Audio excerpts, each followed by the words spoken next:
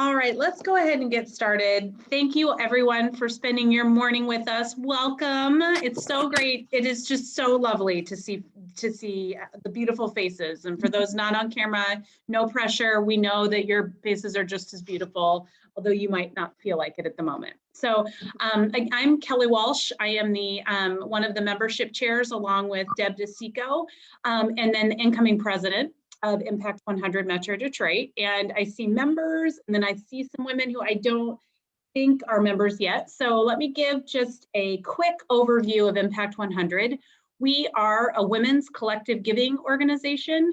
We believe in the power of large grants to provide high impact and fuel transformation in the community. We are so excited that this year we are providing $252,000 to the Metro Detroit community. We are about halfway through our grant process right now. So we've had over 100 of our members reviewed grants in our focus areas.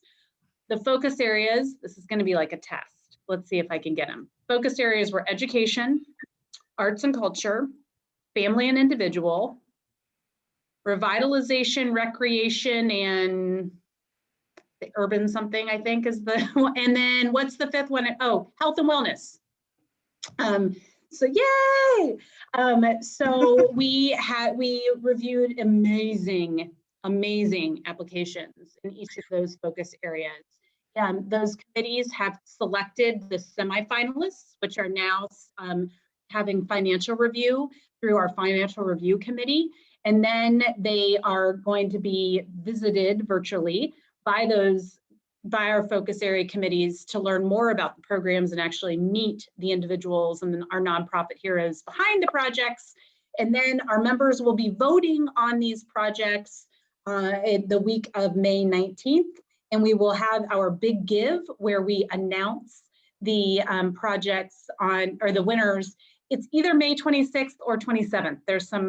There's a date that it's not exactly to be confirmed, but we'll let everyone know as soon as that gets nailed down. So we are right now in just an amazing time of our organization. This is when we are doing what we all signed on to do. And we are just so excited to have all of these nonprofits. This conversation this morning is one that as a board and as a number of members, we were having conversations about, we're in a very unique position where we receive amazing amounts of grants and amazing nonprofits come to us to fund their projects. But at the same time, and so as philanthropic leaders, that's a pretty heavy responsibility. But we wanted to really take a moment to step back and get a better understanding of the nonprofit landscape in Southeastern Michigan. And so it felt like it was completely natural to turn to the Michigan Nonprofit Association, who is the leader of the nonprofit sector in Michigan. And we're really grateful to have Nellie Tsai with us here today to just talk to us about this. So the ground rules for this conversation are that there really aren't any, other than I'm kind of your moderator. I'll ask the first question or two. We absolutely can use the chat if you have questions or you want to make comments, or just raise your hand or unmute yourself. So we're a smallish group, so we have the benefit of being able to just have a conversation to answer whatever questions you might be having. So with that, I'm going to turn it over to Nellie and just ask us to share a little bit about Michigan Nonprofit Association and then also your role within the Michigan Nonprofit Association. First of all, thank you so much for letting me join you this morning and have a really nice start to my Thursday morning, having virtual coffee with all of you. Like Kelly said, my name is Nellie Tsai, and I serve as the Michigan Nonprofit Association's Social Innovation Officer. I don't know how many of you are familiar with M&A, so I'll give a quick background about the organization. We were incorporated in 1990, so we are celebrating our 30th anniversary this year. And we are a statewide membership organization that serves a very diverse nonprofit sector. We have everywhere from large institutions to your volunteer-led block club as members. There are, just to give you a sense of the landscape of the sector here in Michigan, there's about 35 to 45,000 nonprofits. Yep, I said that right. Nonprofits, depending on whether or not you're talking about 501c3s, charities, or other designations. And like I was saying, they can be anything from a volunteer-led organization to a large anchor institution.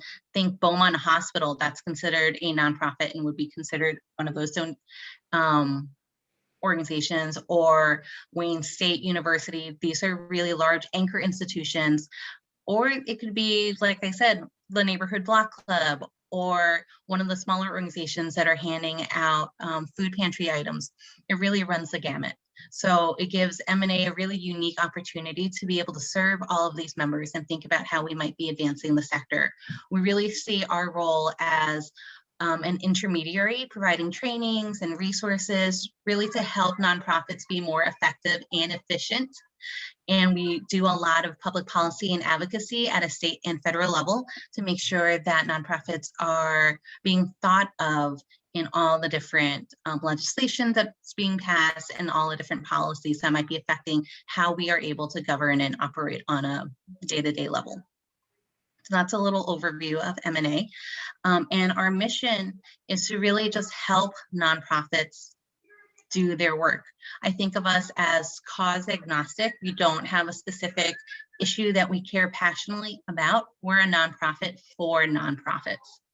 And this mission is really anchored in the vision of being more equitable and thinking of a more just Michigan.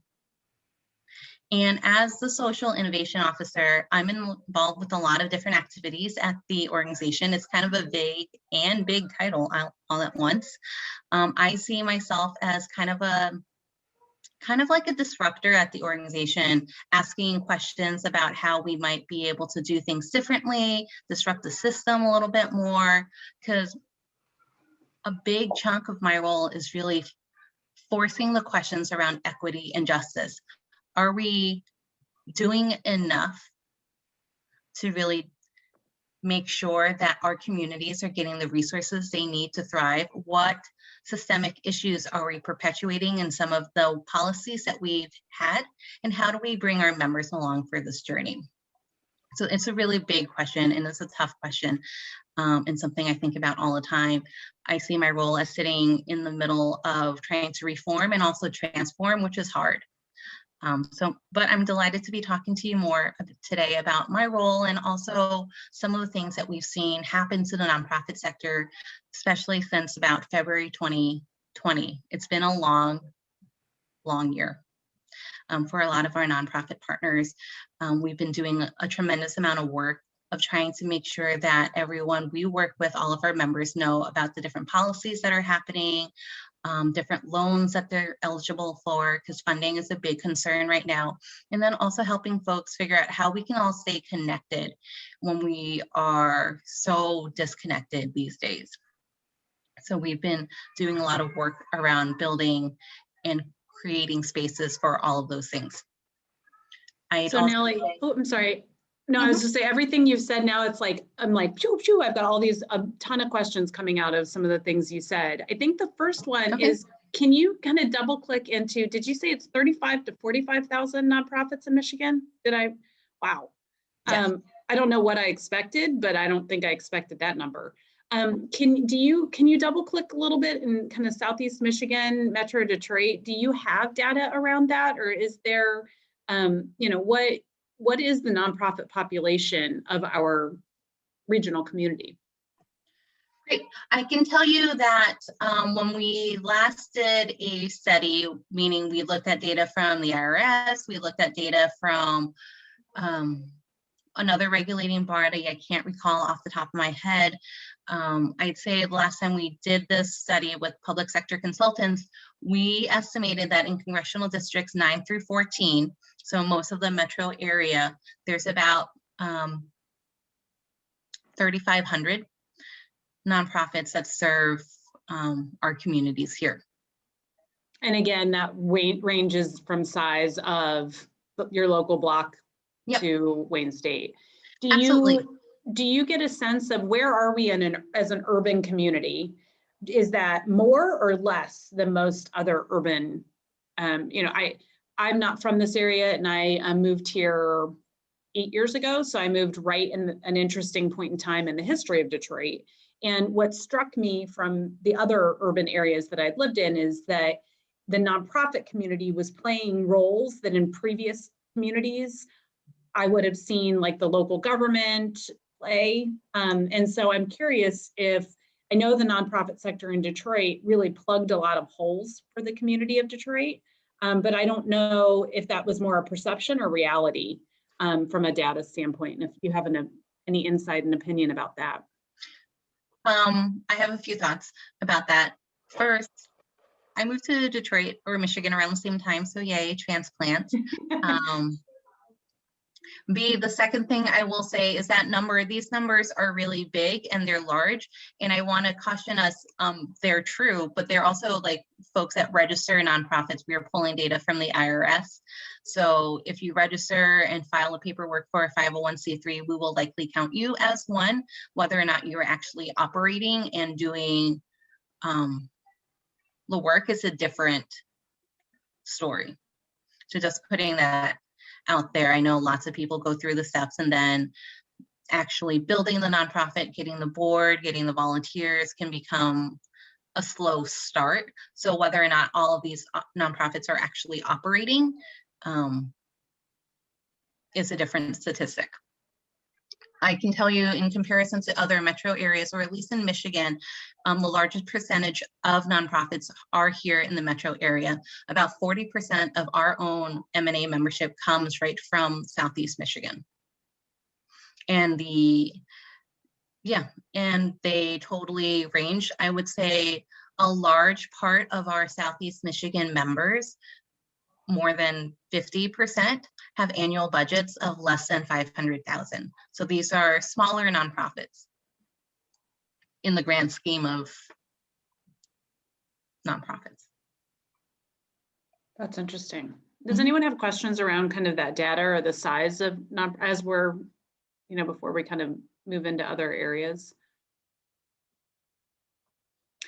I think it's interesting, and if you do, then you know, please either unmute yourself or put it in the chat.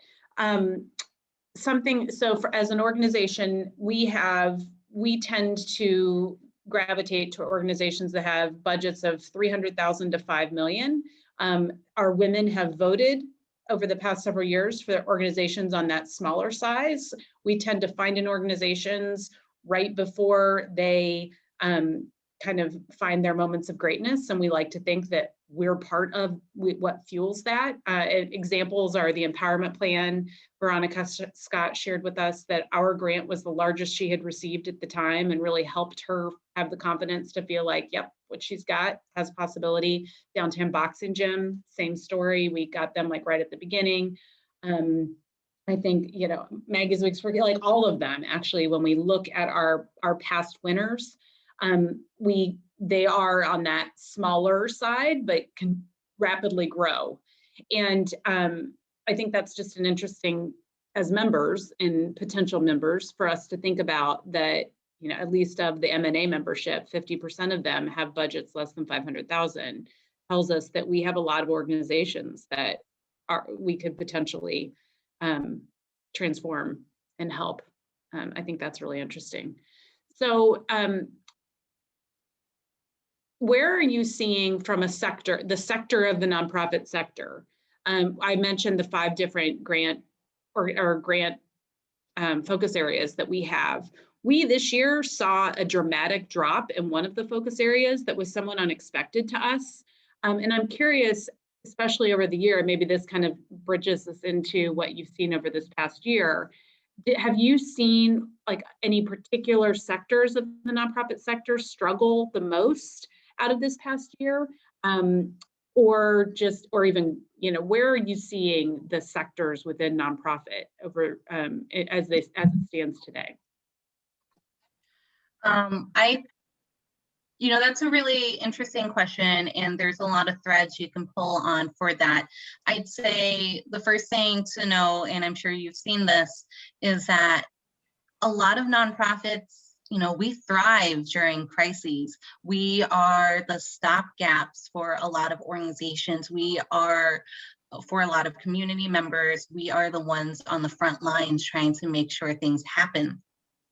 So there's a chance that the ripple effect of the economic downturn this time won't truly be seen or felt maybe until, what year is it? 2020, 2022, 2023. So just thinking, because there's that lag.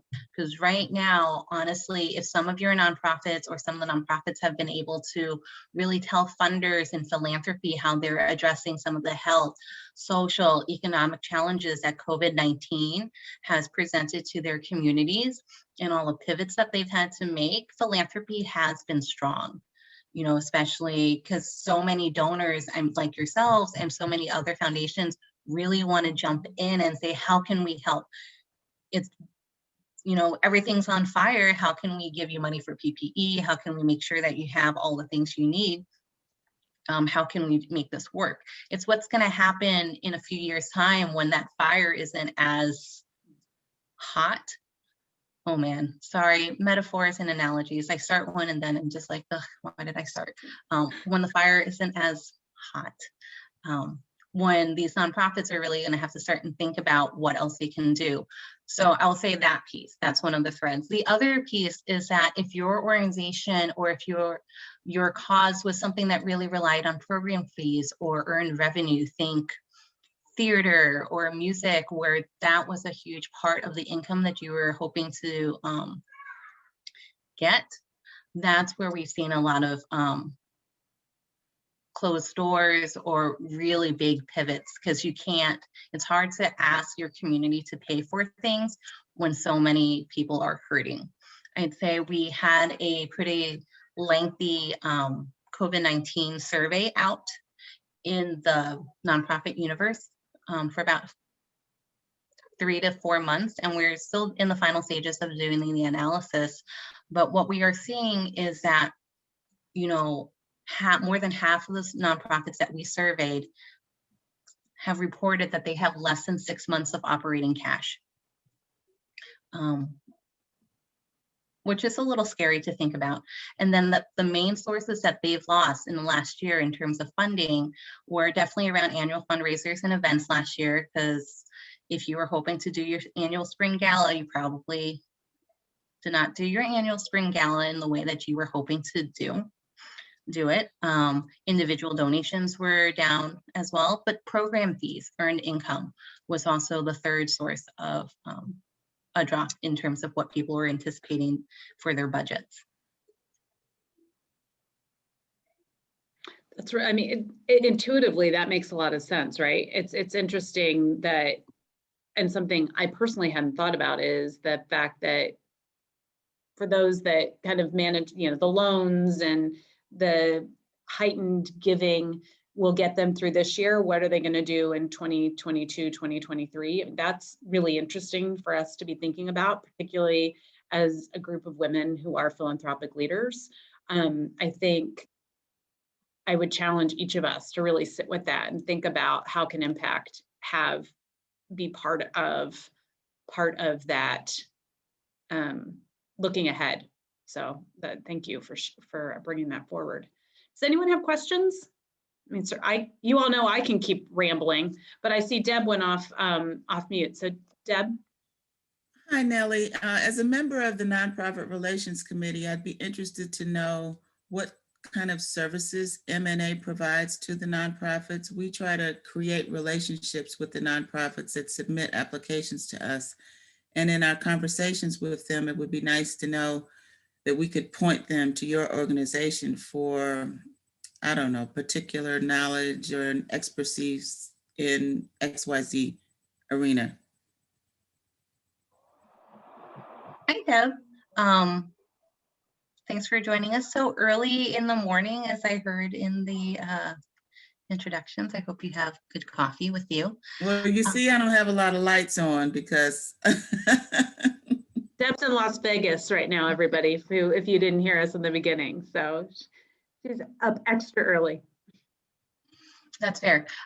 We spend a lot of our time and resources thinking about what nonprofits as a sector need to build their capacity. And when we think about capacity building, it's really what are some of the tools and ways that we can connect them with each other so that they can do what they're doing more efficiently within the context of whatever cause they're working on. And there are definitely some general things that almost all nonprofits are interested in. So we definitely try to provide a lot of resources around that.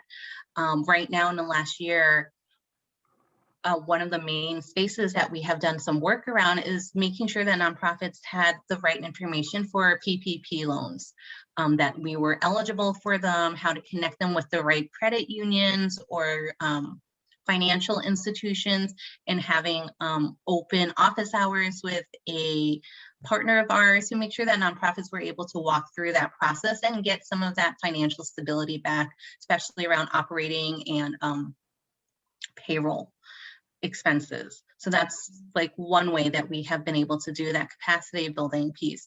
In the last few years, we've also spent a lot of time and energy around civic engagement, thinking about, you know, what does it mean to live and walk our values of diversity, inclusion, equity, and justice?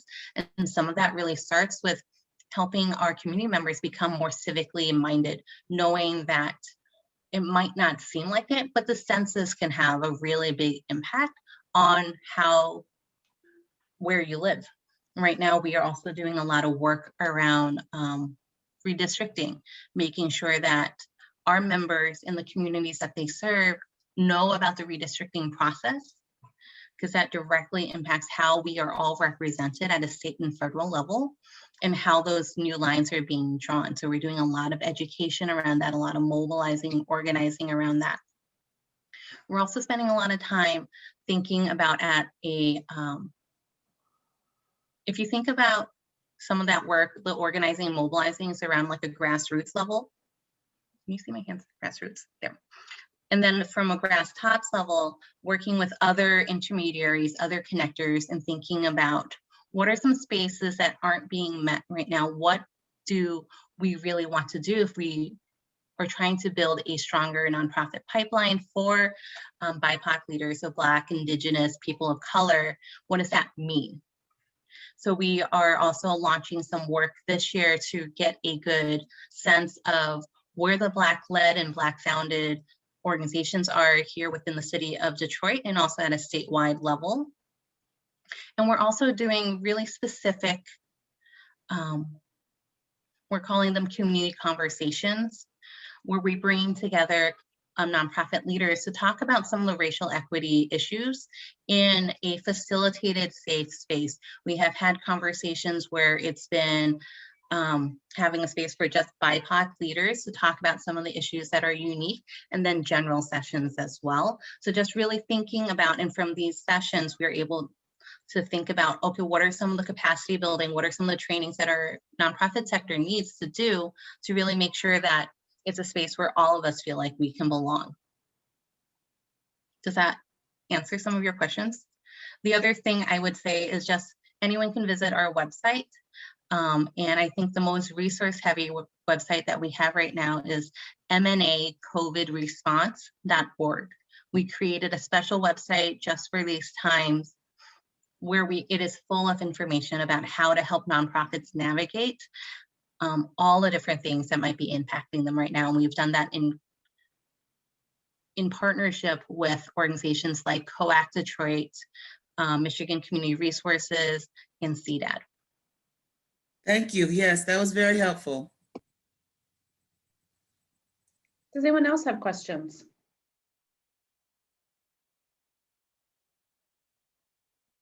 Jana, did I see you? Yep. Yeah, good morning. How is everybody? It's so great to see you guys. You know, it's interesting, Nellie, your information is so spot on. I'm not only a member, but I'm the Community Relations and Events Director for Hope Against Trafficking. And we've got, as many of you know, the 2-year restoration program for adult female survivors of human trafficking, as well as doing the community outreach. So it's been interesting because one of the things that I do is I do, you know, a lot of networking. I'm a joiner anyway, so it was a natural fit for me. Any excuse to go to a bunch of groups. But it was amazing to me to see the shift in the donations with the philanthropic groups, because of course personally I'm a member of many. And so you've got a group like Hope Against Trafficking, and typically when, you know, we go in and you tell the story about what we're doing and that you're educating people what the impact of this is, it doesn't really take a lot to engage men and women in this, because it's just blindsided so many people. But I'm seeing consistently that when I'm still always pretty much selected in the pot for the pitch, but I'm losing to the food insecurity groups. And the thing is that the numbers are down. So I think across the board, all the philanthropic groups have seen probably about a 25% membership hit. The men's groups, ironically enough, literally dropped the mic and walked away. To my experience, most of my men's groups that all meet in bars and restaurants, when those bars and restaurants closed, they did not pick up their Zoom like all the women did and have their kids set them up and their grandkids running through the room, because by God, we power through. They just said, yeah, we'll come back. So having said that, we had huge events on the books. We were really on that cusp that Kelly talked about, that cusp of greatness. We were launched and had everything positioned, and literally the walls came tumbling down. Fortunately, because of our our financial oversight committee, we were okay. But it's interesting when Nellie's talking about the kind of underlying issues that have impacted the growth and survival of these organizations, that many times it is literally at the city and government areas.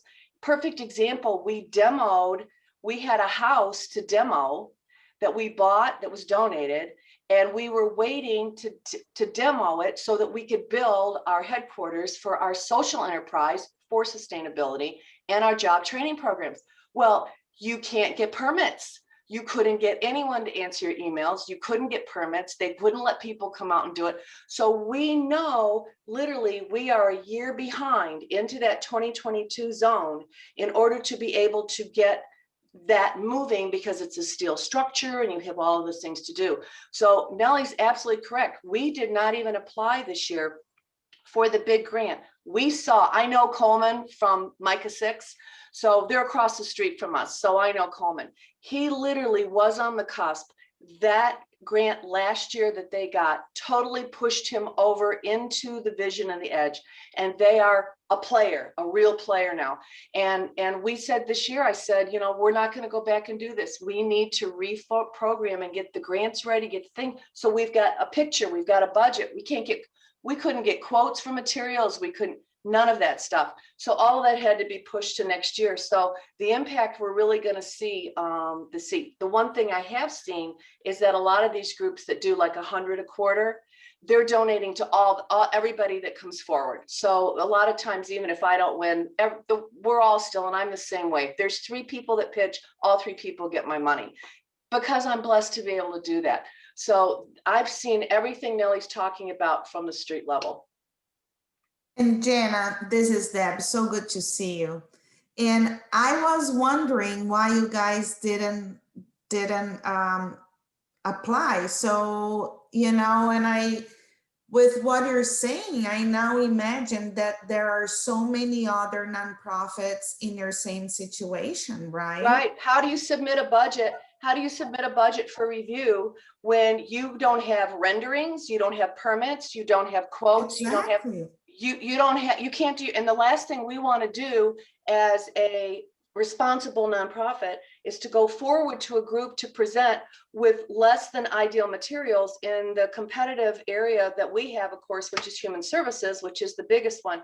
You know, you've got to have your T's crossed and your I's dotted, because you don't want to get the reputation that you don't have your act together. And I'll tell you, last year we had our survival act together. We did relatively well, but we couldn't even get volunteers out to do work. We were under nursing home guidelines. So we locked in, we held tight, we're revamping, we're restructuring, and next year will be good if we can maintain, if we can keep control of the shortfall. And some of our groups are circling back. You know, the golf outings are coming back, the men's groups are, you know, rising from the dead. And a group that I pitched to in March last year had their first meeting last month and voted on those of us that pitched last year, and we won and we got our money. Yay. You know, and it was about, you know, probably close to 80% of what we would have had. But at the end of the day, they were able to come out to the property, see the pictures. We've got, you know, some stuff happening. But again, to Nellie's point, it's going to be next year that you're going to really see the rise and the falls, I think. So I think, Jana, thank you so much for giving us, like, you know, even more in kind of context around what Nellie was sharing. What I think, number one, what I'm hearing is, and obviously as a member, one of the membership chairs, of course, I'm going to pitch for those of us who are members. Hopefully we continue to be members for 2022. And even more importantly, we need to find additional women who believe in the power of collective giving and want to fuel transformation. So I would ask each of us to really think about this message and what we've heard from Nellie and from Jana, because next year we'll probably see even more a spike. And yeah, and I'm conflicted about this, so I'm always interested in having conversations with people. We don't publicly say how many organizations apply as a total or individual focus areas. And the rationale has been that we don't do that because we don't want to discourage nonprofits from applying. We don't want them to see a big number and think, I'll never win that. We've heard Naja Bazi with Zaman, who was our winner 2 years ago. She applied every year until the year she won, and she said she almost didn't apply because she'd gotten so discouraged. And then Coleman with Micah 6 last year told us that he applied for a grant and included that he was an Impact 100 finalist, and a foundation said, you're never going to win that. It's too much of a long shot. So we realized that we have some perceptions that we want to just try to control. So that said, this year, we actually saw a pretty consistent total number of grant applications. It was down slightly, but like not enough to really make a lot of, and with the exception of that one, there was one focus area that was down, I would say, pretty substantially from the year before. So I think when we as an organization and we as philanthropic leaders are thinking about 2022, if any of you are feeling so compelled to be part of this, think how do we make sure that we're here to support these nonprofits? Reach out to me and let me know, and we'll start a brain trust around this, because I think we're in a unique spot, and we have the ability to maybe help become a member of MNA, but also maybe an ally of MNA in some of this messaging. Does anyone else have questions or thoughts that they'd like to share?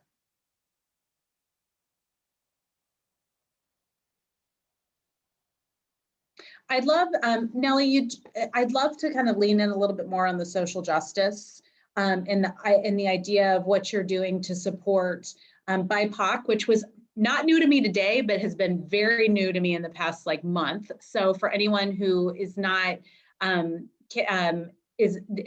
that's a new terminology. Well, let's kind of go a little bit deeper into that, but also what you're doing, what you're seeing.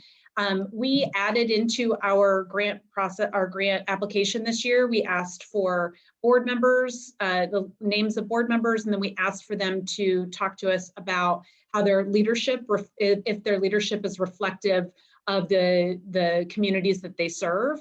And I think for those of us who reviewed grants, those were very insightful questions. That one of our board members, Jacqueline Jackson, it was her idea to add those, and it really, I believe, helped just immensely in the process. But I'm curious, from your perspective, kind of can you lean in a little bit more about how you're thinking about that, and then maybe how an organization like Impact could be part of advancing your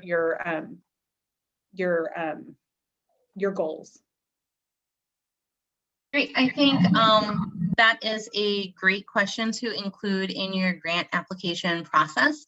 And I would say that would have been definitely one of the things I would recommend, is not shying away from the racial demographic questions, because I think sometimes we get, when you don't have that data, it's hard to know how you can improve.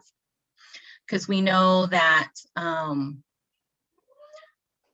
they renamed themselves Candid. It used to be Foundation Center and some other organization, they merged. It's now called Candid, but they are one of the national leaders in GuideStar. Thank you. They are one of the national leaders for the sector, and they have stated in one of their studies that only 7%, just 7% of all philanthropic dollars are actually targeted towards Black, Indigenous, people of color communities. And only 3% of that money goes towards those who are serving disabled peoples. So just knowing that statistic, we have to be really clear about what we're trying to do with our dollars and where we're spending our time and energy. And you won't know how you are able to shift that narrative until you get a sense of who's actually applying for your grants, getting really clear about, are these the actual demographics, even though it's helpful to know that and illuminating. The next step would be, how do you do that outreach and get people who, where are the BIPOC-led organizations, and how do you get them to apply to your grant process if you're not seeing that in your current application pool? So being really honest about that with yourselves. And that's part of the reason why we are doing our BIPOC leadership surveys here in Detroit and also at a state level, because we all are also guilty of, here's a street cleaner coming down my street. We're also guilty of continuing to lift up the leaders and networks that we know. So how do you get beyond that? Who are the folks that we need to be bringing into the fold? So we're hoping that with the new demographic information that we are collecting and able to put back out into the field, because we definitely don't want it to sit with us, we're able to help shift that a little bit. So it's not just M&A and like the 30 organizations that we work with a lot. It's M&A leading more than that.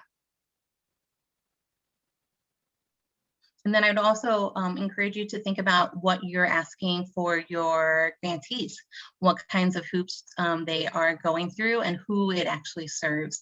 I think it gets a little uncomfortable sometimes for foundations and philanthropic leaders to really think about the reasons why for some of the questions and processes that we have in place, what systems we are upholding when we do that, what types of thinking patterns that are part of that process that have become so ingrained in us, and what are some different ways that we could be imagining the work that we're doing. If we are, and I think about instances in the last year of all these great examples of mutual aid and community care, where it is community lifting up community and just saying, here's what we need, and here we are supporting ourselves in doing this. There's here in the city, a number of community fridges and community tables have risen up in a whole bunch of different neighborhoods from community members themselves. Here's the table, bring what you can, take what you need. So how can we as intermediaries and grass top leaders look at that and really think about how can we listen to community members the same way, so that we are giving money and dollars to things that are truly needed and not just things that we are personally passionate about. And I think that's hard. Yeah, I'll say personally, one of the one of the great values that I've found an impact in participating in the grant review process has been reading the applications, because it's helped me expand the awareness of organizations, of people, of projects, and really has helped me appreciate where some of the greatest need is in our community in each of the focus areas. So I think you're right, though. It is interesting in the same way, you know, you gravitate to the people that you know, the communities you know, things like that. And I think one part about being a Metro Detroit chapter is that it raises our awareness and education of each individual of the entire region. And personally, that has been something that I think in a lot of ways was unexpected. I hadn't really thought about that value. So just for those of us, you know, I'd be curious if anyone else shares that opinion, or if you have other thoughts about, you know, our role with impact, kind of related to exactly what Nellie was saying. I think it is important. I don't want to monopolize, but I did just want to say again, I mean, I just attended a Princeton lecture through Kirk in the Hills Outreach and Mission. I was invited to sit in on it, and it was actually called the Decolonization of Charitable Giving.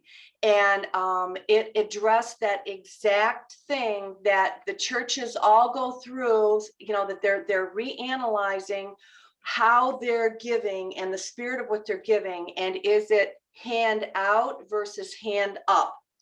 And that the important thing is that, you know, these groups that are taking the mission trips and they're going overseas and they're, you know, throwing this food into the people packing food, who in fact is this raising up the congregation in the feel that they're doing stuff, or is this raising up the people that they serve? It goes back to the feed them for a day or teach them to fish.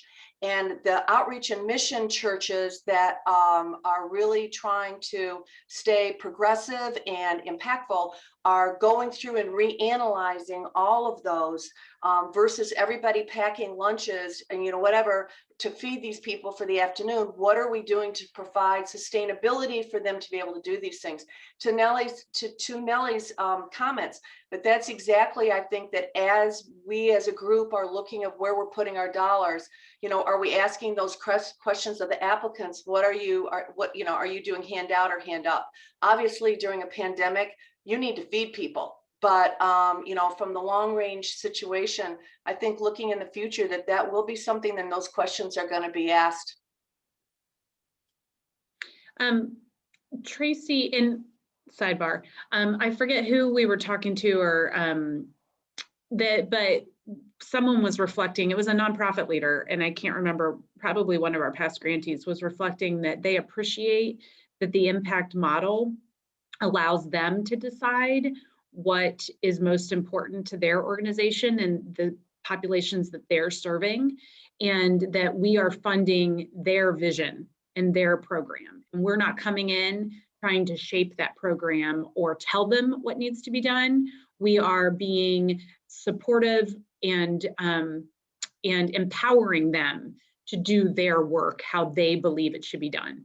And I think, you know, in some ways that almost just gives me chills thinking about it, because in their reflection was that's very uncommon of donors, especially in $100,000. That usually it comes with strings attached and with a vision of what the donor wants. So just something to be thinking about. So Tracy asked a question: how do you identify BIPOC organizations? Is that ownership or mission-driven data?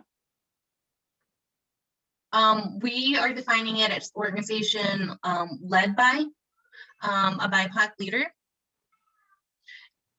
or founded by a BIPOC leader, although that gets a little harder to categorize, but that's how we are looking at it.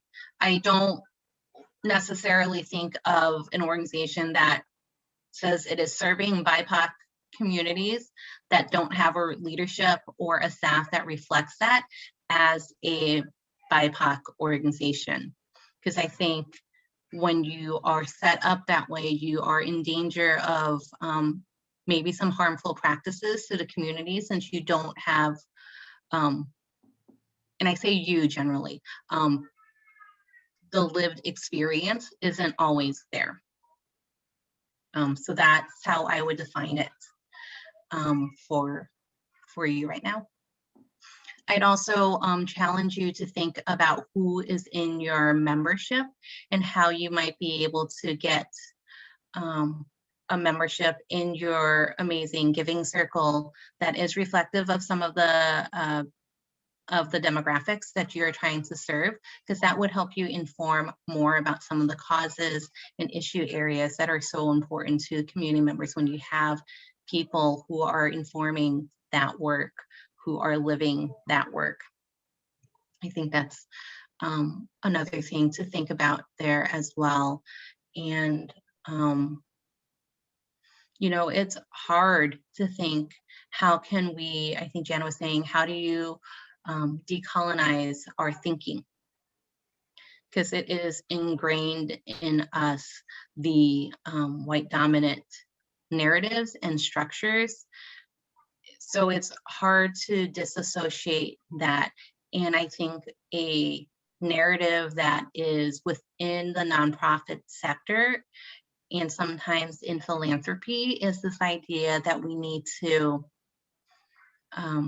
be a voice for the voiceless. And that, while it sounds really good, the policies and practices that come from that idea are actually pretty paternalistic. It is an idea of people need someone like us to share their stories. Whereas I think the narrative should really be, we're not trying to be the voice for anyone but ourselves, but we're really just trying to pass the mic, you know, making sure that other voices are heard. And I think when you are questioning some of the narratives and stories that we tell ourselves about working in the sector, even if it feels really good, like, oh, I'm giving voice to the voiceless, that sounds good, but it can, when you put that into action, it can be harmful. So how do we challenge that within ourselves? Could you kind of give a little bit more context to that, or give a little bit more example? How, because I think that's an area that we're trying to focus on. How do we make sure we're lifting up the stories of our grantee winners and just our own narrative? And I'd love kind of your thoughts, a little like a click down on what you just shared. Sure. So if we are, let's go down this thread. If we believe that our nonprofit or whatever work we're doing is to be the voice of the voiceless, and let's start structuring work around that. You know, it becomes this idea of this population, this group aren't able to advocate for themselves for whatever reason that we have rationalized in our heads. Maybe it's because it's an immigrant community and they don't know all the rules of being here in the US. So we're going to be their voice for them. And instead of really listening to their concerns and helping them understand the systems that they are operating in and teaching them how they can advocate for themselves, and really just passing that mic and making sure the table, that whatever table we're sitting at, instead of trying to speak for them, making sure, oh, maybe there's a translator there so that they can share their own story and their own needs, and we're the ones who have to really be more inclusive of that. Same is as if you were working with a hard of hearing person, you know, instead of trying to be their voice and talk about what needs and accommodations they'll need for your meeting, hiring a sign language ASL interpreter so they can speak about their own needs and you can just listen to their own story instead of trying to contextualize what they're saying into your own experiences. Because we often, when we start to hear each other's stories, it's really easy for us to put ourselves in their shoes, which is so good for empathy. But sometimes that loses their perspective because we infuse stories and causes with, oh, here's how I interpreted it. And we really just need to have people listen and share their own stories the way that they intend to. Thank you. Does that make This is sense? Deb. Yeah, that's helpful. Thank you. I Deb, think go this- ahead. No, I think what Nellie just said is fantastic. And we all can use in so many areas of our lives, right? But, you know, the listening and let each person tell their own stories. I think it's a lesson that we all can take from today for sure. Thanks, Nellie. Well, I'm looking at the time and we're coming close to the end of our hour. Does anyone have any other questions for Nellie? Eileen? I was just going to say, I think it's fantastic that you post job openings for all of your members. I have, over the years, have referred many people to that who want to move in the nonprofit world. And I've served on a number of nonprofit boards and, you know, always appreciate that they need good talent. They can't always afford the talent they need because they're nonprofits, but they still need good talent. They need good, you know, financial people and HR people and program people and so forth. So, and I know a lot of folks who've lived in the corporate world who've become disillusioned. So there has to be more to life. And so I think there's a whole, a wide pool of talent that nonprofits can pull from. So it's good to see.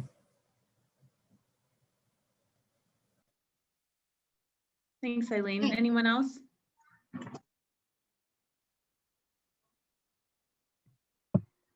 I'd just like to say this is the first morning chat that I've been to. I'm an educator and I have wanted to transition into this work, and this has been very helpful just in the language and trying to understand the scope and perspective that you have in your organization. It sounds very good. So just keep up the great work, and I appreciate you allowing me to sit in and participate. Thank you. Thank you. And all of our events, well, I shouldn't say all, but vast majority of our events are open to everyone. The only thing that you have to be a member for is to be part of the grant review process, and then also the voting. Past that, we have our monthly coffee and conversations. We hope to be seeing one another in person soon. Our big give is open to everyone. And, you know, in Metro Detroit, I keep meaning to look up to the census information, to Nellie's point, about how many women are in the Metro Detroit area, but I know it's more than 252. So, you know, the more we can be ambassadors of all of these issues that Nellie has brought forward, and that Impact 100 could be one of the vehicles for someone who wants to be part of this change, you know, please share our story. Share the information that you heard from Nellie today. Nellie, it was so amazing to hear from you and to hear the incredible work of MNA. I think we're going to take a look and we'll see if we can become a member we are 100% collective giving. So we'll see from a budget standpoint, but we'll try to make something work. But we definitely want to be an ally. And I think if we can help advance what MNA is doing, we count us in any way that we can be supportive. Our next coffee and conversation is April 22nd, and that is where Micah 6 and the Lawn Academy, our winners of last year's grants, are going to come back and tell us what's happened over the past year, and then also share where they have what's on their horizon and where they potentially could use some assistance. I can tell you there's a lot that's happened in both of those organizations, a lot of amazing things. So both gentlemen have incredible stories to tell, and to Nellie's point, we're giving them the platform to do it. So one last call for questions or comments. I Deb again. I just think this was so inspiring and insightful. Thank you, Nellie. Thanks so much for your time this morning. I'd say that if anyone was interested in learning more about M&A to visit our website.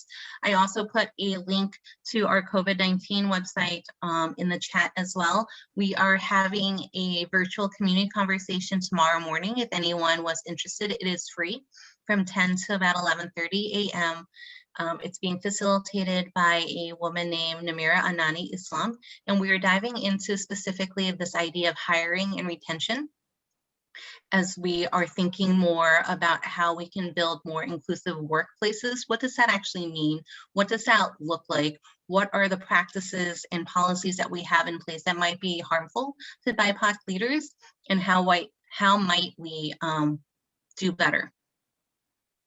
So Awesome. if you have been Incredible thinking topic. about hiring anyone in the last year and you're trying to think more about why am I not getting more people of color, or how do I get beyond just, how do we really make our workplace someplace where folks can really feel like they belong, not just sit at a table, but that there's power at the table? Because it's one thing to be invited over to dinner, it's another to feel like people actually want to listen to you, and that you should have like to feel like that right to actually be there, instead of just sitting there going, yay, I'm here. So how do you make sure that your table is ready and inclusive and has that sense of belonging? I think we often lose that belonging piece when we talk about equity. So that's the focus of our conversation tomorrow morning. If anyone is interested, our May conversation, nope, April, it's March right now. April conversation next month is around imposter syndrome and how it shows up for all of us, especially women. So I invite you to do that, and we'll have a separate session for BIPOC leaders for that one too. Incredible. Well, I look forward for us to become more connected to what you're doing, and hopefully vice versa. So ladies, this is always a highlight of my morning. I'm going to feel charged up and feel good the whole day, seeing everyone's faces and such a great conversation. So thank you, Nellie, and thanks to each of you for joining us. Have a great day.